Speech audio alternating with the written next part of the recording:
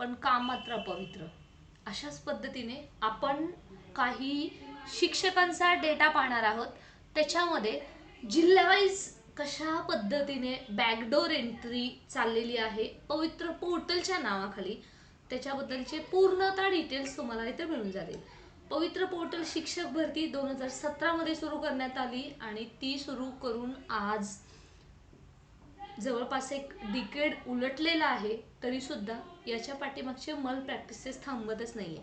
शासन पूर्णतः प्रयत्न करतंय की कशा पद्धतीने सगळं हे स्ट्रीमलाईन केलं जाईल. तरी सुद्धा शासन सुद्धा याच्या पुढे हतबल झालेलं आहे.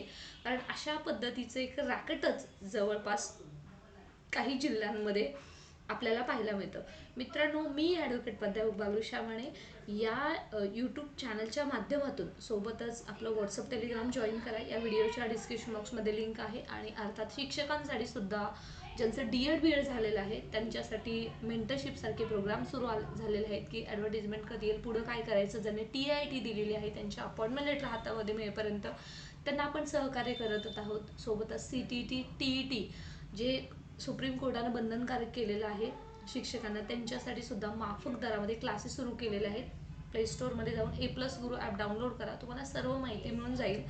हे सर्व करत असताना एक जाणवतंय की आपण कितीही प्रयत्न करा, आंदोलनं करा, उपोषणं करा, परंतु काही आस्थापन आहेत ते मात्र स्वतःचं करायचं तेच करतात. मित्रांनो, आपण हा डेटा पाहतोय, याच्यामध्ये तुम्ही काही जॉईनिंग पाहाल. वास्तविक पाहता पवित्र पोर्टलद्वारे शिक्षकांची जॉईनिंग होते हे तुमच्या लक्षात आलंच असेल. शिक्षक भरतीचा पहिला टप्पा आणि दुसरा टप्पा 2022च्या याच्यामध्ये अशी शिक्षक भरती झालेली आहे. आणि दुसऱ्या टप्प्यातली जवळपास जॉईनिंग 2024 मध्ये किंवा हार्डली 2025च्या मिडपर्यंत सर्वांची संपायला हवी होती, असं एक आपला निर्धास्त आहे. ही जी तुम्हाला PDF दाखवली जाते त्याच्यामध्ये धुळे, नाशिक आणि बरेचसे जिल्हे सुद्धा तुम्हाला पाहायला मिळतील. याच्यामध्ये यांचं बघा जे डिटेल दिलेले आहेत त्या अशा आहेत की त्यांची डिस्ट्रिक्ट दिलेली आहे, मॅनेजमेंट दिलेलं आहे, संस्था नेम दिलेला आहे, स्कूल नेम दिलेला आहे, सोबतच एम्प्लॉई नेम सुद्धा आहे, डेझिग्नेशन आहे, एडिट टाईप आहे, जॉईनिंग आहे, डेट आणि मंथ ऑफ रिटायरमेंट आहे, लास्ट मंथ ऑफ पेमेंट आहे आणि लास्ट सॅलरी ड्रॉन म्हणजे किती सॅलरी त्यांना मिळाली हे तुमच्या लक्षात येते. सोबतच हे सेक्शन आहे ते सर्वतः एडेड आहे आणि याच्यामधल्या संस्था अल्पसंख्याक सर्वच नाही आहेत. हे प्रथमतः I just wanted to clear, कारण अल्पसंख्याक संस्थांना मात्र पोर्टलवरती बंधनकारक नसते. याच्यामध्ये अशी बरीचशी नावं आहेत जे पोर्टल शिक्षक भरतीच्या पहिल्या टप्प्यामध्ये त्यांचं निवडसुद्धा झाली नव्हती. दुसऱ्या टप्प्यामध्ये इंटरव्ह्यू राऊंडमध्ये त्यांची निवडसुद्धा झाली नव्हती. तरीसुद्धा ते आज शिक्षण सेवकांचा पगार घेतातच कसे हे पाहण्यासाठी व्हिडिओ शेवटपर्यंत पहा. आणि जो काही आपल्या चेहऱ्यावरती अर्थात चेहऱ्यावरती नाही बोलायचं, मला डोळ्यावरती जो काही पडदा लावलेला आहे ना, आपण हे सगळं व्यवस्थित चाललंय, होतंय, शासन निरपेक्ष पद्धतीने भरती करते, त्याच्या पाठीमागे अशा पद्धतीचे सुद्धा प्रकार चाललेले आहेत हे तुमच्या लक्षात येईलच. सबस्क्राईब करून नोटिफिकेशन ऑन करा, महत्त्वाचं अपडेट तुम्हाला इथंच मिळत जाईल. मित्रांनो, आपण ही PDF पाहताय आणि हे धुळे जिल्ह्यातलं रेकॉर्ड आहे. या जिल्ह्यामध्ये आपण फक्त जे सध्या हायलाईट करणार आहोत ते म्हणजे डेट ऑफ अपॉइंटमेंट बाबतीमध्ये. बघा आता इथे बघा, डेट ऑफ जॉईनिंग आणि डेट ऑफ अपॉइंटमेंट हे तर तुमच्या लक्षात आलंच असेल.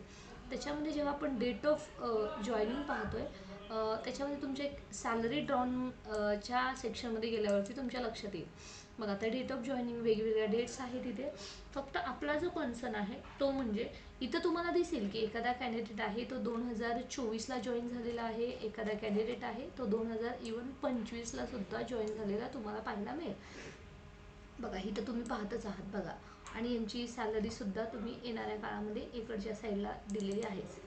तर ॲक्च्युली याच्यामध्ये सांगायचा मुद्दा असा की सॅलरी आणि त्यांची डेट ऑफ जॉईनिंग याचं कंपॅरिझन पाहता या शिक्षकांची स्पेसिफिकली काही शिक्षकांची नावं या लिस्टमध्ये तुम्हाला दिसतील, परंतु त्यांचं कुठंही रिकमेंडेशन या संस्थांवरती झालं नसताना सुद्धा आज काही जण शिक्षण सेवकांचा पगार घेत आहेत, काही शिक्षण सेवकांपेक्षा जास्त पगार घेत आहेत. मग त्यांची जॉईनिंग 2017ची असू देत, 2022ची असू देत, 2024चे असू देत, इव्हन 2025च्या तारखेपर्यंत यांच्या जॉईनिंग असल्याचं आपल्यास आढळलेलं आहे.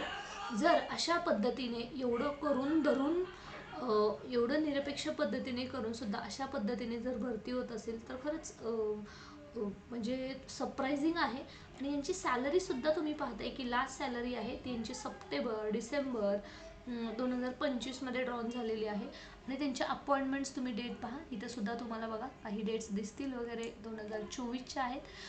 मित्रांनो, थोडक्यात प्रकार असा आहे की आता इथं तुम्हाला काही डेट्स फक्त तुम्ही त्याच्याकडे लक्ष द्या. त्या जरी तुम्हाला काही वेगवेगळ्या दिसत असल्या तरीसुद्धा एक तुमच्या निदर्शनास प्रकार आणून द्यायचा, तो म्हणजे असा की सध्या जरी याच्यामध्ये जरी आपल्याला या डेट्स आणि याच्याबद्दलचे जरी डिटेल दिसत असले ना, तरी वास्तव मात्र फार डिफरंट आहे. आज यांनी पोर्टलला जागा दिल्या होत्या इंटरव्ह्यू राऊंडमध्ये. यातल्या कोणत्याही बऱ्याचशा कॅन्डिडेटचं, कोणत्याही म्हणत असताना मी बऱ्याचशा बोलते कारण दोन्ही बळ तितकेच क्लिअर आहेत.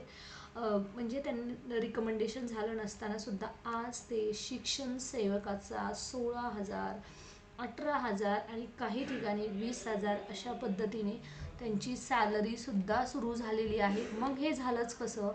तर याच्यातले 1-2 कॅन्डिडेट आहेत, त्यांना आपण पर्सनलीसुद्धा ओळखतो. त्यांची मुलाखतीद्वारे निवड झाली नाही, रिकमेंडेशनसुद्धा झालं नाही, तरीसुद्धा संस्थेने त्यांना अपॉइंटमेंट लेटर दिल्या आणि नंतर त्यांना पोर्टलद्वारेच आलेले आहेत अशा पद्धतीने दाखवून हा मोठा काळाबाजार केलेला आहे.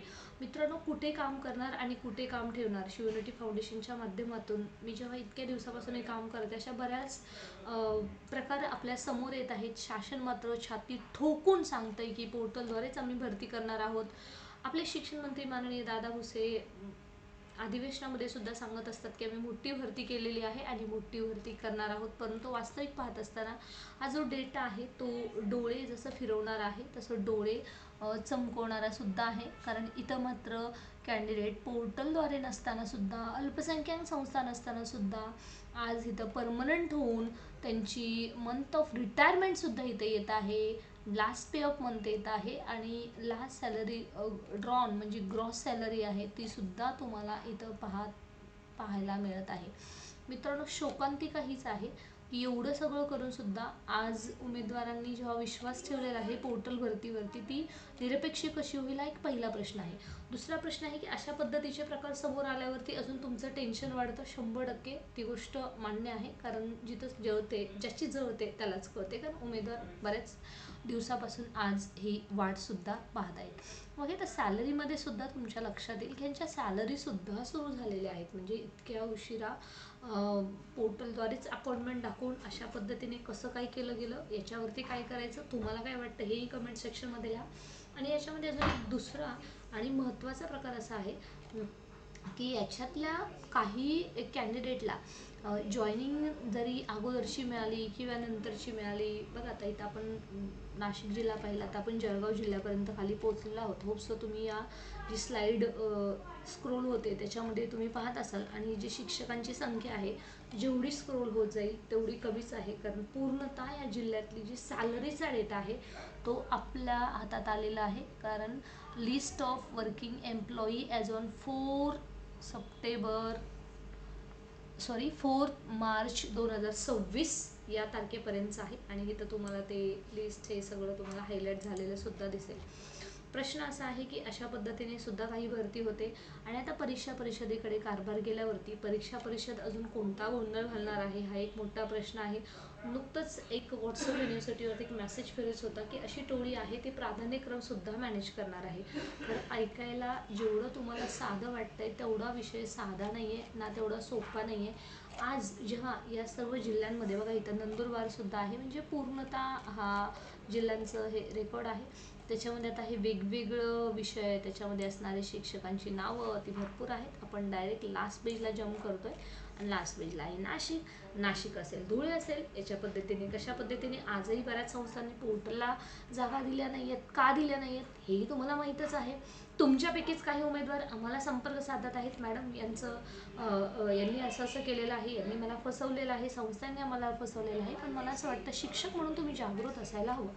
असे प्रकार कसे थांबले जातील ते आमच्यापर्यंत नक्की पोहोचवा. आम्ही याचा सोक्षमोक्ष लावण्याचा प्रयत्न करू. I am saying will try our level best, not like we are going to finish. कारण भ्रष्टाचाराची कीड आहे, अगदी लास्टपर्यंत कुठपर्यंत पोचलेली आहे तुम्ही आम्ही शोधून याची पाळंमुळं सापडणार नाही आहेत. आणि म्हणूनच आपल्याला जर हे संपवायचं असेल तर मित्रांनो आज आपल्याला युनिटी करणं गरजेचं आहे, एकतेने एकत्र गरजेचं आहे. आज जर आपण एकतेने एकत्र आलो आणि अशा प्रकारचे अगदी 10 संस्थांचे जरी कारभार उघडकीस आणले तर येणाऱ्या काळामध्ये बरेच करताना 10 वेळा विचार करतील. कारण मला असं वाटतं एक जेव्हा आपण लिहितो त्याच्यावरती जेव्हा 0 लिहितो तेव्हा एकची किंमतसुद्धा वाढते. जर तुम्हाला अशा पद्धतीने फ्रॉड तुमच्या एरियात होत असेल तर मित्रांनो याच्यावरती तुम्ही म्हणजे डोळे उघडून पहा. कदाचित तुम्हाला भरती व्हायचं आहे, तुम्हाला नाही व्हायचं, तुम्ही पुढच्या भरतीसाठी वाट पाहत आहे, that is your concern. But see the how things are going and how it is too much critical for in many ways. म्हणजे लिटरली काही शिक्षण सेवकांकडून अगदी म्हणजे खूप नॉमिनल असा पगार भेटतो आहे आणि काही शिक्षण सेवकांना जास्त पगार भेटतो आहे. त्यांची बॅकडेटेड अपॉइंटमेंट दाखवली जाते. काही शिक्षक अगदी आपण पाहतोय की 2,21,000 2,61,000 हजारच्या घरामध्ये आहेत, परंतु ते आता 2047 2037 पर्यंत काही रिटायरमेंटसुद्धा होताना तुम्हाला दिसतील. प्रश्न असा आहे की जवळपास ही जी शिक्षकांचा डेटा आहे तो जवळपास आहे बघा, आपण लास्ट पेजवरती जम्प करतोय, तो इतक्या हजार पदांचा असल्यामुळे नक्की याच्यातला कल्पिट कोण हा शोधणं सुद्धा तितकंच एक जिकरीचं काम बनलेलं आहे. आपण पाहतोय 44,797 शिक्षकांची 4 मार्च 2026 पर्यंत नाशिक रिजन असेल, वरचे वेगवेगळे रिजन पाहिलेले आहेत, त्यांची सॅलरी मिळालेली आहे, ग्रॉस सॅलरी त्यांच्या हातात एवढी आलेली आहे. आणि लास्ट पेमेंट त्यांचं कोणाचं डिसेंबरमध्ये झालं आहे, कोणाचं ऑक्टोबरमध्ये झालं आहे, कोणाचं नोव्हेंबर 2025मध्ये झालेलं आहे. म्हणजे काय, आपण जेवढं दिसतं तेवढं नसतं. अर्थातच आपल्यात एक म्हण आहे, दिसतं तसं नसतं म्हणून तर जग फसतं. परंतु शिक्षकाने एवढ्या डिग्र्यावर डिग्र्या घेतलेल्या आहेत आणि पवित्र पोर्टल पवित्रच असेल असा विश्वास आहे. परंतु जेव्हा अशी प्रकरणं आपल्या हातामध्ये येतात तेव्हा मात्र मन सुन्न होतं आणि काम करत असताना नक्की काय करायचा प्रश्न पडतो. याला उत्तर कसं द्यायचं याचं उत्तर मला तुमच्याकडून हवं आहे. कारण मित्रांनो असे बरेच प्रकार आपल्यासमोर आहेत. काही उमेदवारांकडून पैसे घेतलेले आहेत आस्थापनांनी आणि त्यांना सांगितलेलं आहे की तुम्हाला आम्ही बॅकडेटेड दाखवू, पोर्टलला तुम्हाला घाबरायची गरज नाही आहे. आणि अशातल्या बऱ्याच संस्था आज पोर्टलला जागा देणार नाही आहेत. पोर्टलला जागा देण्यात याव्यात त्या संदर्भात शिवमुठी फाउंडेशनच्या माध्यमातून खरडून ज्या खाजगी अनुदानित स्थानिक स्वराज्य संस्था किंवा खाजगी अनुदानित अंशदान संस्था आहेत त्यांनी पोर्टलला खरडून जागा द्याव्यात. त्याच्यासाठी सुद्धा आपण माननीय दादा भुसेंची भेट घेतली. ते आता जागा देतील अशी आशा असताना सुद्धा अशी जेव्हा प्रकरणं येतात तेव्हा मात्र मन सुन्न होतं आणि पोर्टल भरतीच कशाला, त्यापेक्षा डायरेक्टच अशीच भरती करा असंही मन कुठंतरी बसतं. परंतु एक लक्षात घ्या मित्रांनो, कुठंतरी गरिबाची पोरं नोकरीला लागलेली आहेत, कुठं तर भ्रष्टाचार संपत आहे. जर याच्यापैकी तुम्ही जरी एखादे असाल तर जे तुमच्या बाबतीमध्ये झाले ते तुम्ही दुसऱ्यांच्या बाबतीमध्ये होऊन देऊ नका. उठवा, आवाज उठवा, तुमच्या स्वतःमध्ये खूप ताकद आहे, तुम्ही लढू शकता आणि तुम्ही जिंकू शकता.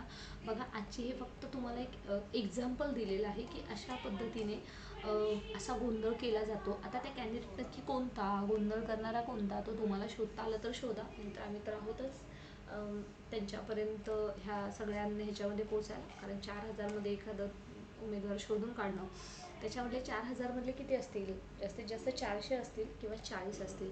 परंतु आज अशा पद्धतीने चालल्यावरती लोक पोर्टलला जागाच कशाला देतील. मग कळतंय का पोर्टलला जागा का देत नाही. त्याचं कारण सर्वात महत्त्वाचं हे आहे की बॅकडोरनं त्यांना आपली माणसं किंवा sometimes it may possible unskilled worker भरता येतात. काहींचं डी.एड झालेलं असेल नसेल, काही प्रोसेसमध्ये असतील आणि अशा पद्धतीने त्यांना 3 वर्षानंतर डायरेक्ट सॅलरीवरती घेता येतं.